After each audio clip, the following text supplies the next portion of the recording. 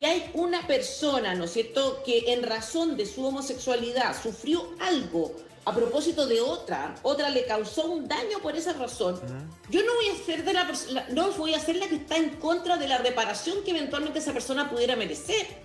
Pero a mí no me digas tú que por el hecho de ser homosexual tú tienes derechos, así por el solo hecho de ser homosexual, me refiero a reparaciones de parte de cualquier otra persona que sea heterosexual.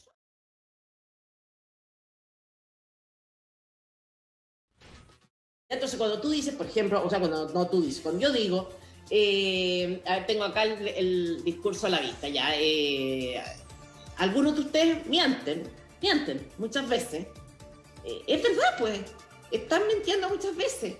Y están mintiendo de manera además muy agresiva. O sea, tú, José Antonio, no estás ahí 24/7, ¿no es cierto?, oyendo discursos en el pleno en los cuales te dicen, y ustedes, y te señalan. Nos matan, nos violan, nos mutilan, y han permitido, y así con unos tonos y unas afirmaciones impresionantes. O sea, yo a nadie le dije que estaba... Entonces, ustedes, la derecha...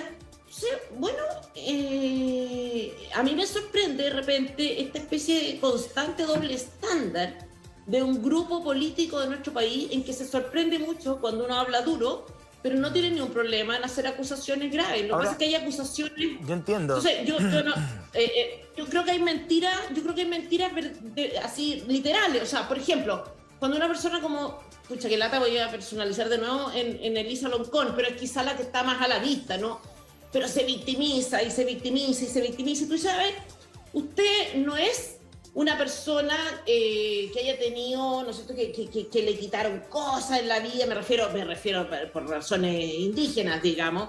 Usted pudo estudiar, usted llegó, antes de estar acá, tenía un alto y importante cargo en una universidad, usted hizo un doctorado en el extranjero, entonces usted no me hable, que eso es en el fondo lo que estoy tratando de decir, ¿no? Usted no me hable como que usted hubiera sido un protagonista de la mal llamada pacificación de la Araucanía. Y no me hable a mí yo le entiendo como si yo hubiera sido la persona que cometió este error. Entonces, yo creo que tenemos que empezar a salir de esta dinámica un poquito mentirosa de armar grupos como de víctimas, ¿no es cierto? Que puede ser cualquiera, o sea, un día son las mujeres, otro día son las minorías sexuales, otro día son... ¿Me escucha? Yo le entiendo el punto y insisto, puedo estar o no de acuerdo con el fondo del discurso, pero lo que a uno le preocupa, insisto, es la eficiencia de la dinámica de la constituyente. Entonces, uno puede, sí, querer desnudar aspectos que a uno le parecen que son así, porque desde su óptica usted dice que ellos mienten y desde ellos probablemente la óptica es que usted miente. Entonces, al final, bueno, pero el punto es, ¿qué ánimos hay de reconocer en el otro una cuota de verdad que me permita llegar a los acuerdos de las comisiones? Y al final, si ustedes se caen bien, mal o más o menos, si a ustedes les gusta o no la señora Loncón o viceversa, a los ciudadanos nos importa bastante poco. Lo que es trascendental es de que se consiga, en la medida de lo posible y en un porcentaje amplio, un texto constitucional lo más consensuado, lo más diverso, y que luego se pueda votar en un plebiscito de salida y que los plebiscitos dirimentes sean acotados. Entonces, yo no para eso, José Antonio, yo creo que la base de un acuerdo, de las posibilidades de entendernos, están dadas precisamente para que, por el piso mínimo, para que tú y yo nos entendamos, es que ninguno de los dos mienta, ¿no? No estamos hablando de tener opiniones distintas, tú y yo podemos tener opiniones distintas respecto de muchos temas, pero tú partes de la base, o sea, si hay mentira, no hay confianza. Ya, pero entonces, en ese sentido, no es Teresa, y la mentira, ¿cómo usted no me va a decir que los pueblos indígenas son víctimas de nuestra historia? Discúlpeme, o sea, negar eso es no reconocer lo que ha pasado en la Araucanía en los últimos 500 años. Entrar a discutir eso. Es como que tú me digas, a ver, digamos que hubo, en la mal llamada, ¿no es cierto?, pacificación de la Araucanía, hubo indígenas que sufrieron mucho, que fueron injustamente despojados de cosas que les pertenecían, y que esas personas, o qué sé yo, los herederos de esas personas, tienen derecho a una restitución, aunque no lo hayan vivido de manera directa. Yo no lo discuto, eso es un hecho. Yo estoy diciendo otra cosa, es que es muy, muy, muy distinta, a lo mejor parece un detalle, pero no es un detalle, que es el hecho de que si tú sufriste algo en términos personales, tienes derecho a cobrarle algo a, aquella persona que te causó ese perjuicio. No tienes derecho a ir por la vida reclamándole. No, pero a ver, en el tema indígena...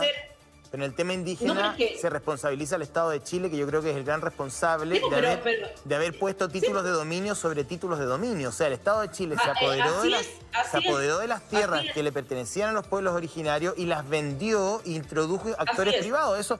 Eso es así y usted y yo podemos tener opiniones distintas, pero hechos propios no podemos tener, digamos. No, eso es así y ese es un hecho.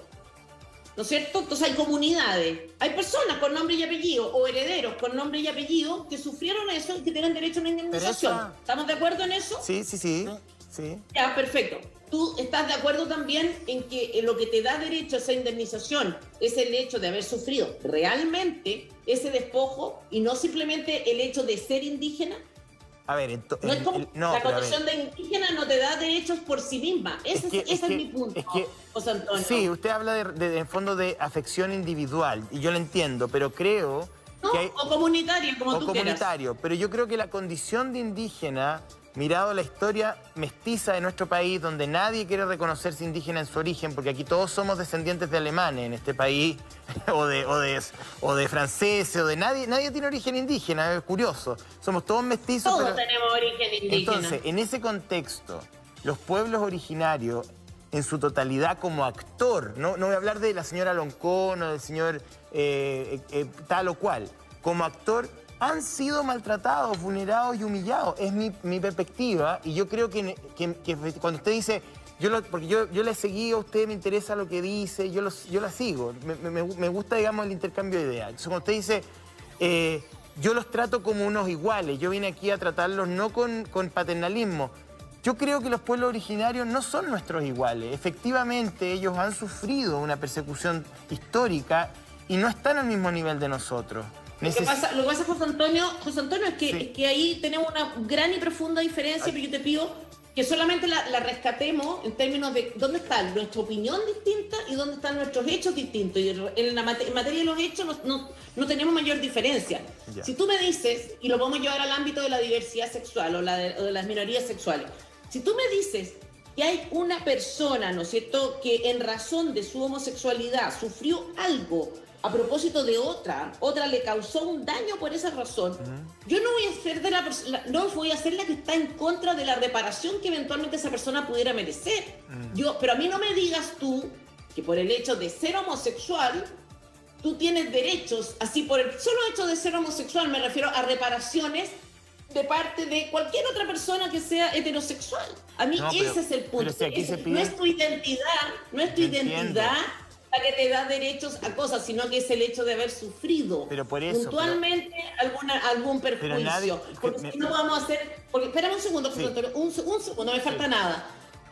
Si no, tenemos que hacer una lista infinita de grupos que han sufrido distintas cosas. Tú puedes tener grupos de mujeres que han sufrido machismo, tienes grupos de hombres que han sufrido porque no han sido perjudicados a través por mujeres a propósito de la tuición de sus hijos, de la posibilidad de estar con sus hijos. Podemos decir que los gordos sufren no sé qué otra cosa. En fin, y podemos hacer una lista infinita. Entonces, el día en que tú le abres la puerta y dices que tú tienes derechos o deberes solamente en razón de tu identidad, a mí me parece que eso es tremendamente injusto y tremendamente arbitrario. Y falso, además, victimizarte cuando no es el caso. O sea, si tú eres homosexual, tú naciste en una familia en que te trataron siempre bien, estuviste en un colegio, en que tuviste amigos, no tuviste problemas, en fin...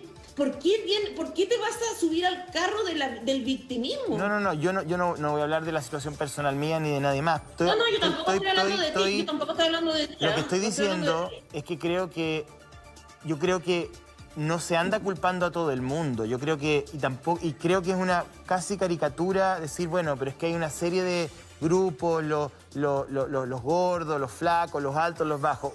Sabemos que hay minorías que han sido maltratadas desde siempre, invisibilizadas y que han sido perseguidas.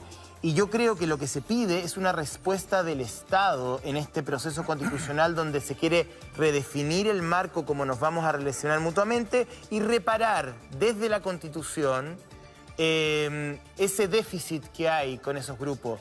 Yo creo que no es tan difícil de entender.